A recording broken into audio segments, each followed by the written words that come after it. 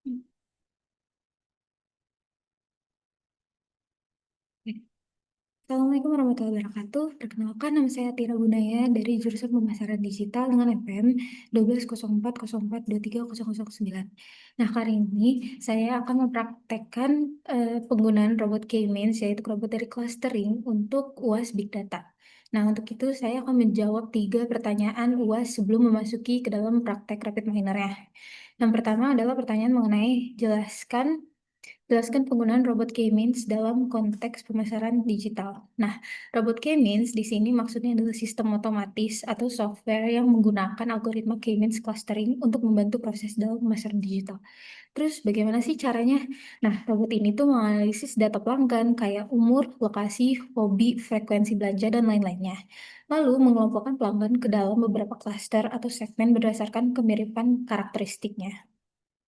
Dan untuk yang kedua, pertanyaannya adalah identifikasi contoh nyata penggunaan robot K-means dalam perencanaan bisnis. Nah, contoh nyatanya adalah yang pertama adalah di e-commerce seperti Shopee dan juga Tokopedia.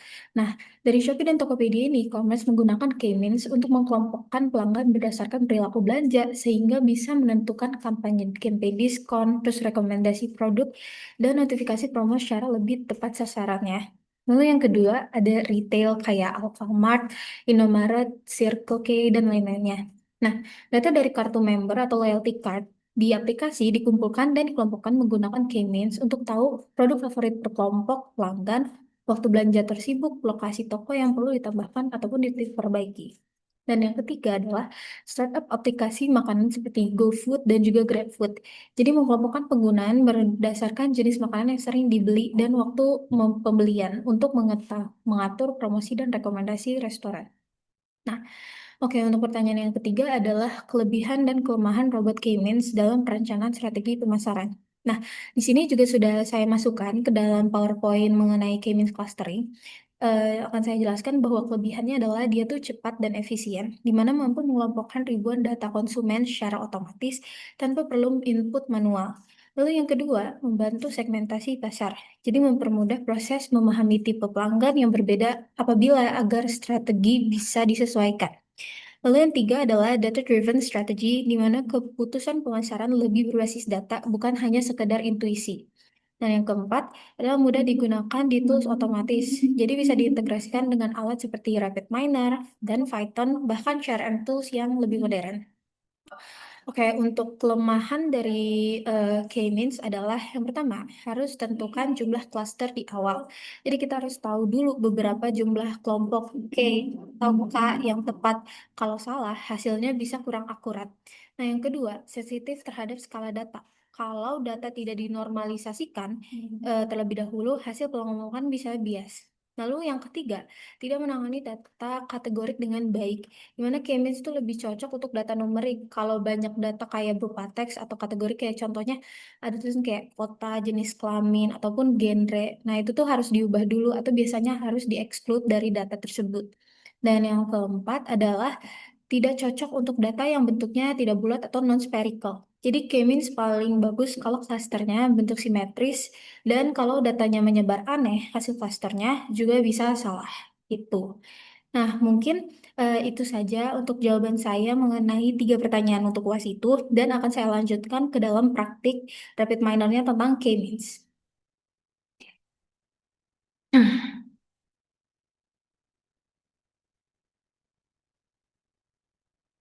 Oke,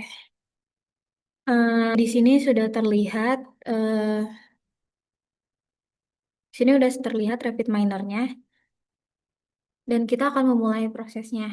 Di sini bisa terlihat masih kosong, dan cara pertama untuk memasukkan datanya adalah kita import data terlebih dahulu. Sini ke My Computer, dan saya cari data yang udah kalian cari di Kaggle. Aku waktu itu udah nyari data di Kaggle dan udah aku masukkan ke dalam file. Jadi tinggal di search aja di download. Ups.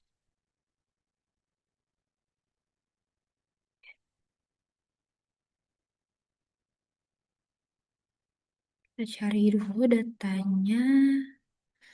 Nih ya, sini. Nah, ini dia. Jadi ini aku memiliki data tentang Disney Movies. Nah, di sini kan datanya banyak ya, kayak ada data yang non-numerik dan banyak tulisan. Nah, di sini aku akan mengeksklud data-data ini. Sorry, kita next dulu. Nah, cara exclude-nya begini. Yang date kita exclude column, genre juga kita exclude, terus ratingnya juga kita exclude. Nah, di sini kan ada datanya ya. Ini kan udah integrar. Nah, di sini tuh juga dijadiin integrar biar datanya soalnya numerik. Nah, yang ini movie title ini biar kebaca, karena nanti kalau misalnya pas sudah kita masukin datanya, dia nggak bakal baca kalau misalnya kita nggak ubah role-nya. Nah, ini harus kita ubah dulu jadi label. Semua data yang bersifat tulisan harus diubah jadi label terlebih dahulu. Ini kita masukin ke dalam sini, kita ubah Disney Movies. Oke, sorry,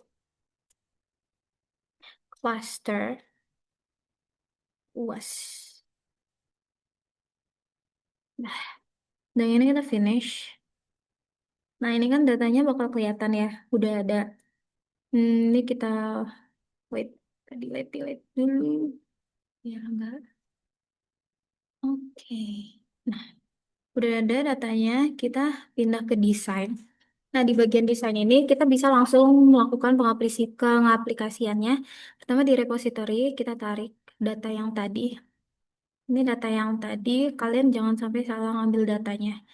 Nah, di sini baru kita em, cari untuk ininya. Di sini kita tuh ke K-means, kita cari K-means.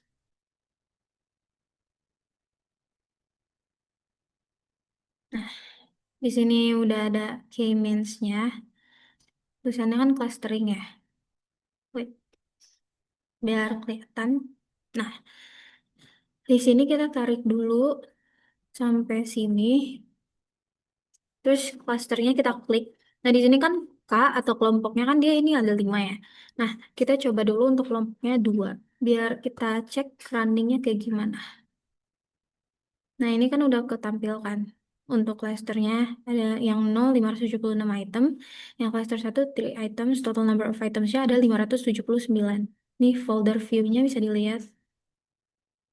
Nah, udah gitu, karena di sini tuh kita pengen tahu, kita tuh butuh berapa pengelompokan.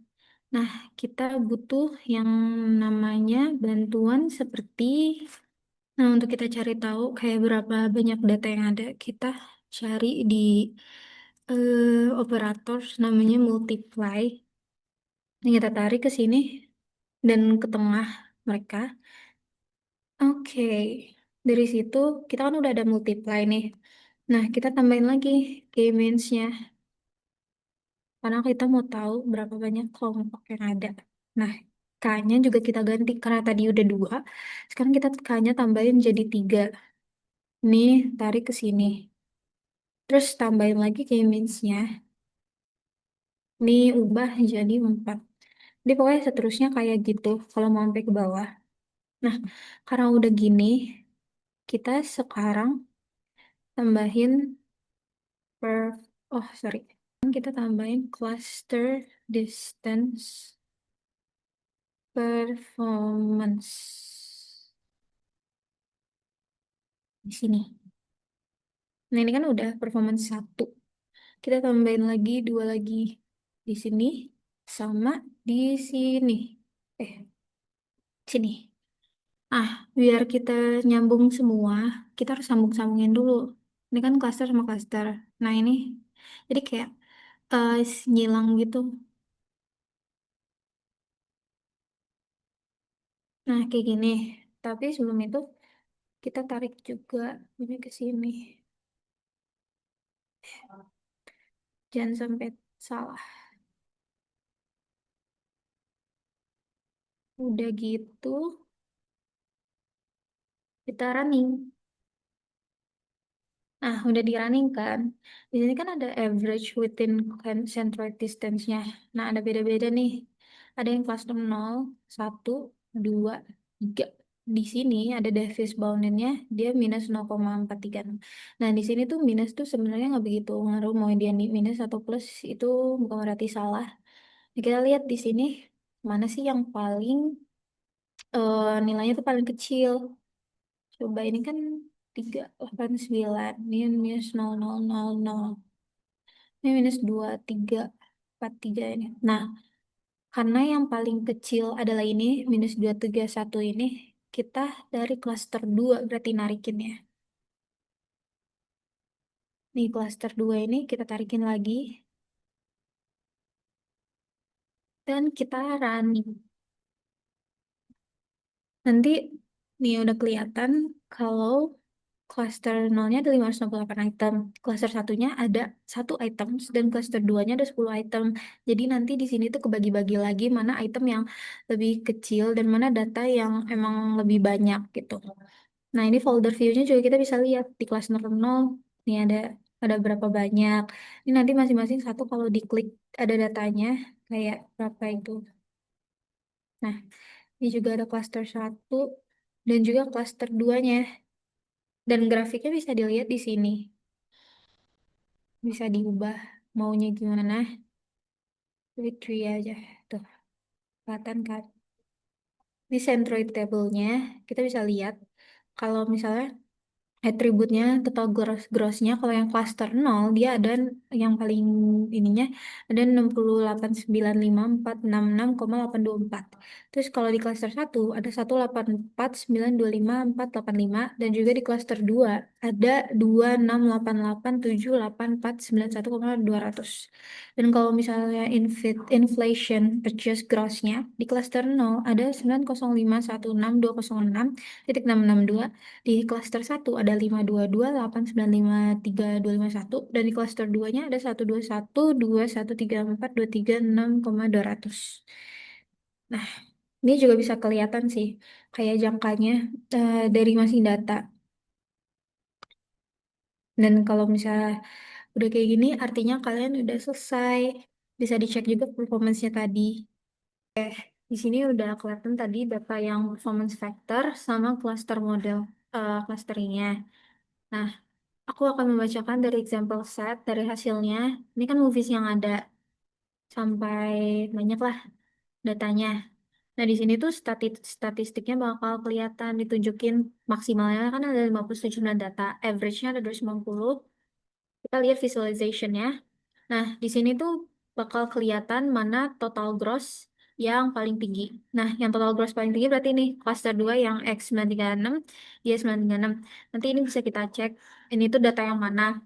Terus berarti data yang paling rendahnya ada di sini, yang di X1078 Y65 ini. Nah, dari situ kita lihat yang total gross-nya juga. Total gross yang inflation. Nah, ini inflationnya. Ini yang tertingginya. Dan yang terendahnya berarti yang cluster 2 sini.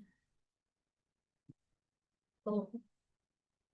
Nah, kalau dilihat dari sini, bisa dilihat dengan jelas. Kalau misalnya yang paling tinggi, kalau di sini adalah di cluster 1, yaitu di film Snow White and the Seven Dwarfs. Ini untuk yang inflation atau adjust gross-nya.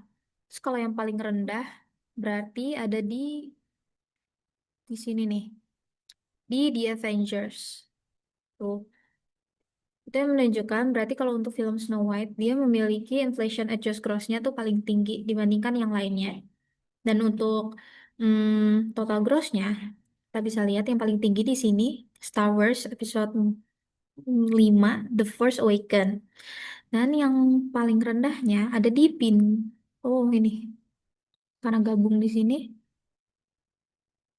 Song of the South yang paling rendah.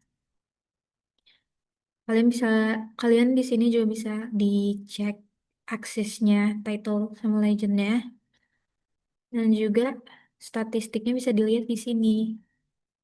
Tuh, ini yang tadi dan description-nya. Dan itulah praktek dari clustering K-means. Jadi di sini kita nge-clusterin dari Disney movies yang ada ini, kita bagi lagi kelompoknya sesuai dengan total gross sama inflationnya tadi. Jadi kayak kita bagi-bagi lagi gitu. Kalau misal kayak contoh, mau membeli kayak nilai UAS gitu contohnya. Nah, nilai UASnya kan pasti ada banyak-banyak nilai. Di situ kita mau nyari mengelompokkan nilai-nilai dari yang sesuai rata-rata, di bawah rata-rata, dan di atas rata-rata. Nah, itu bisa kita gunakan K-means juga. Jadi kita nanti pengelompokannya kayak tadi, dan nanti kita bisa lihat kelompok mana yang terendah, kelompok mana yang tertinggi. Gitu. Jadi itu saja mungkin praktek K-means dari saya. Mohon maaf bila ada salah kata atau salah. Kurang lebihnya mohon maaf. Terima kasih banyak. Wabillahi taufiq wal hidayah. Wassalamualaikum warahmatullahi wabarakatuh.